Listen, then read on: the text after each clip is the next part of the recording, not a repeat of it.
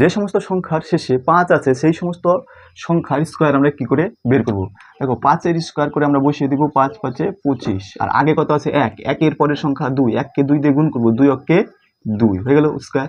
Next 5-এর square করে বসিয়ে দিব 25, তার আগে কত আছে 2, 2-এর পরের সংখ্যা 3, 3 × 2 = 6 বসিয়ে দিলাম। নেক্সট 5-এর স্কোয়ার করে বসিয়ে দেবো 5 × 5 = 25, আগে কত আছে 4, 4-এর পরের সংখ্যা 5, 4 × 5 = 20। সিমিলারলি 6, 6, 5 × 5 বসিয়ে দিব 25, তার আগে কত আছে 6, 6-এর পরের সংখ্যা কত আছে 7, 6-কে 7 দিয়ে গুণ করবো, 6 × 7 = 42। একই রকমভাবে 5-এর স্কোয়ার করে বসিয়ে দেবো 5, 5 × 25, 8-এর পরের সংখ্যা কত 9, 8-কে তার পরের সংখ্যা দিয়ে গুণ, 8 × 9 = 72।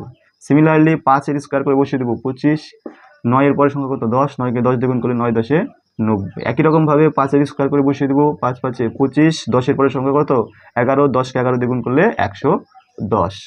তো ভিডিওটি কেমন লাগলো অবশ্যই জানাবে। তো এই ভিডিওটি যদি ভালো লাগে তাহলে তোমরা কমেন্ট করে জানাবে যে 115 এর স্কোয়ার করলে কত হবে।